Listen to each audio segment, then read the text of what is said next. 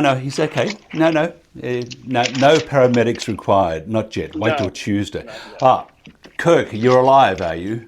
Yeah, I'm going old school. Remember, we've talked about Sheldon Adelson's newspaper, of course, the big Republican contributor, and of course, the owner of Las Vegas Sands. They actually had a little bump for a while this week because the rumors are that Las Vegas Sands may sell all their Las Vegas properties, which would still leave them a big player in Asia, but kind of a crazy situation. But last couple of days with the coronavirus situation, gaming stocks, oh my God, they've really taken a hit. But, we don't stop here in Vegas. We know the good times will return. Circa, it's the first new downtown Vegas hotel. They have this huge sports bar and big 6-deck swimming pool. First downtown hotel to open in 40 years. That is some good news. But, of course, over the weekend, we just had unbelievable state coronavirus cases increase. Yes, it's even in Sheldon Adelson's newspaper that I pay 50 cents a week That's for. right, lashing out. Now, stop. We've got to do something. I've got to welcome you. And welcome to Kirk Clyatt. We haven't done that. I was concerned about your health, and the producer was saying, do we call a paramedic? You're alive, you're reading the paper, which is great. Is it old school? That's fantastic. Now, what's happening with the elections in the USA? Well, I was there yesterday. If you want to get an idea of just how crazy it is, and I'd love you to follow, like it or hate it, just follow. It's on Twitter at Clyatt'S, my last name right there on the screen. Michael put it right there for you. At Clyatt'S, Clyatt. And it gives you a pretty good perspective of what's happening. Yesterday, I was enjoying a delightful afternoon in downtown Las Vegas with Kamala Harris. Some of the up-and-coming Democratic local state politicians were there. Senator Jackie Rosen, who I worked for back in 2016 in her first campaign for Congress here in Nevada. She was there. She's really gotten fired up for the last couple of years. So she's become a good politician for Nevada. So that was great fun. Kamala just getting the crowd ready to go. And, you say, Trump says, look at these huge crowds today, about 80 miles away from us, just across the river, the Colorado River in Bullhead City, Arizona, for another one of his super spreader events where people don't wear masks. They're packed in close together. The event I was at yesterday, very well organized by Nevada Democrats, had spaces for you to be. Every single person there wearing a mask. So the Democrats still getting in touch with the people, but not spreading an infectious disease. And of course, last night, as we're recording this, that would have been Tuesday night, USA time, in Omaha. Hard to believe Trump needs a campaign in Nebraska, but that shows you where his campaign is, right in the middle of the country. Had the rally. He takes off on Air Force One. Thousands of his spectators, they don't have buses to take them back to their cars. So they have a whole bunch of the Trump supporters, especially the elderly. I think there were 10 to 12 cases of hypothermia. Yes, but they were piggyback, and that's what Trump supporters do. They carry the nation. Well, I will say that the Trump core base is very monolithic. That's one of the problems the Democrats have always had. You go back to the era of Will Rogers, if you're a Broadway fan, or Will Rogers Follies, was that big musical about, 18, 20 years ago now. But he once said, I'm not a member of any organized party. I'm a Democrat.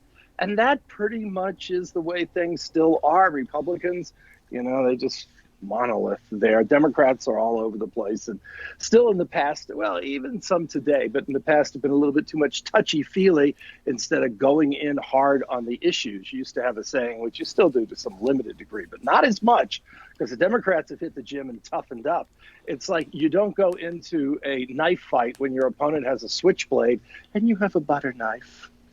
Doesn't really work out too well. What do you think will come of the Hunter Biden stories of Joe's involvement in his son's huge deals? Is it actually hurting him?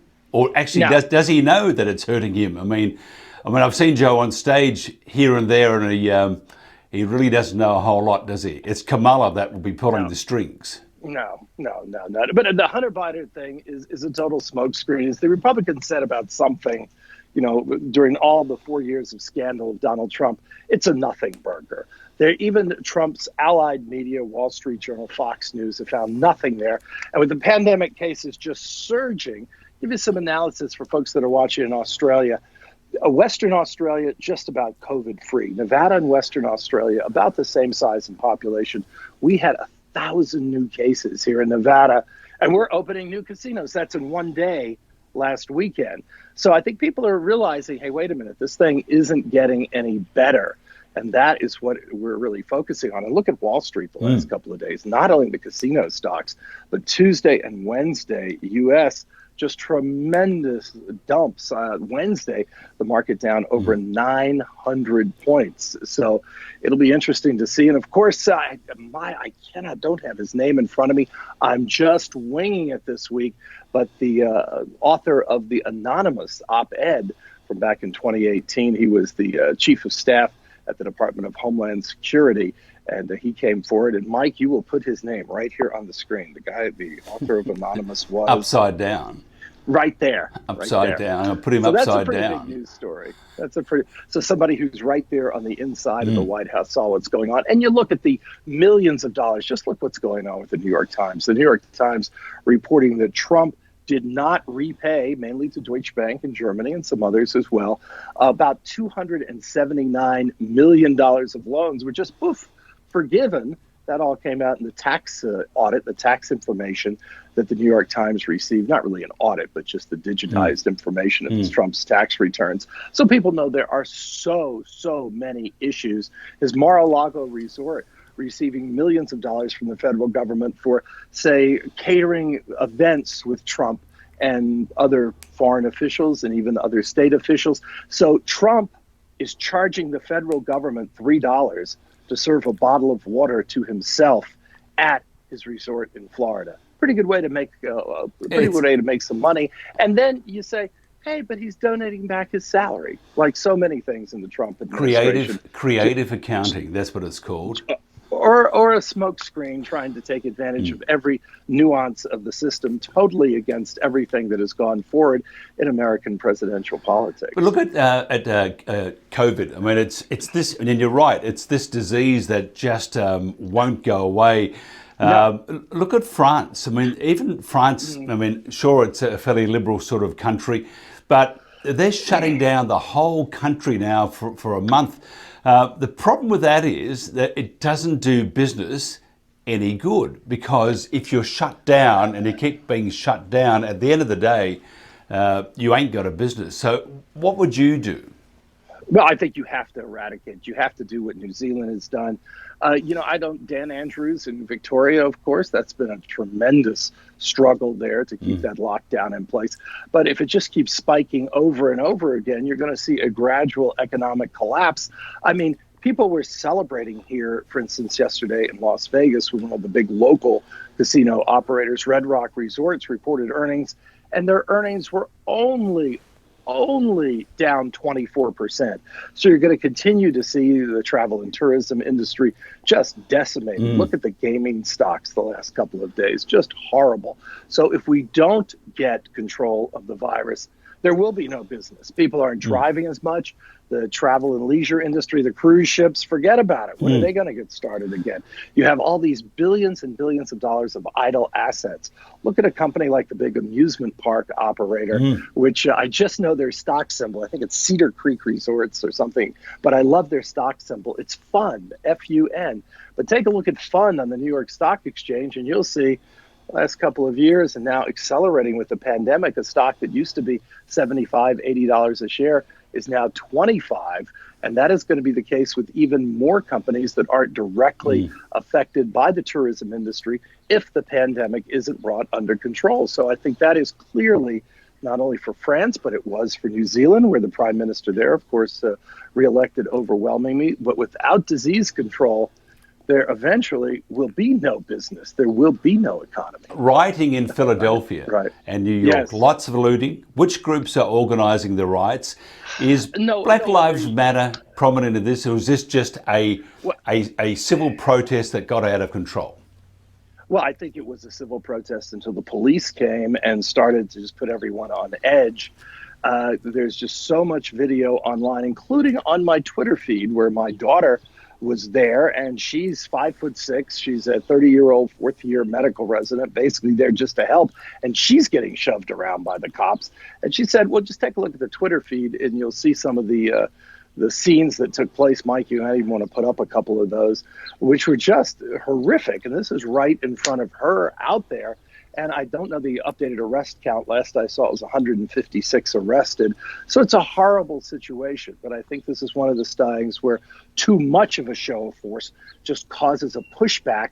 And as she said, she just saw so many cops that looked so eager to beat them up. And she also told me that the cops, too, have this. They're the ones with the power. They're the ones with the guns. They're the ones with the shields. They're the ones with the forces. There were at least 200 police officers in her area last night. And yet she says they show fear. So we've got very fearful society taking place. And of course, these protests / riots, police-induced riots, and were because of a gentleman named Walter Wallace, 27 years old. He was having a mental health issue. His mother called for mental health services. The police arrived. He's got a knife. You've probably seen the video, but he's at least 10 feet away from him. This was not an effective way for the police to handle the situation. And that, similar to what happened with the George Floyd situation and others, that is what triggered this civil disturbance. And here, going into Wednesday night in Philadelphia, election time, of course, Pennsylvania, probably this year, the key state. I have not seen any scenario, none, that allowed Donald Trump to win the presidency without carrying the 20 electoral votes from Pennsylvania. So what you've got, and of course, if you watch this crazy show regularly, you saw me take the walk and talk tour a few weeks ago, and that was the neighborhood where this took place. So here you've got all these things happening. Voters need to get out.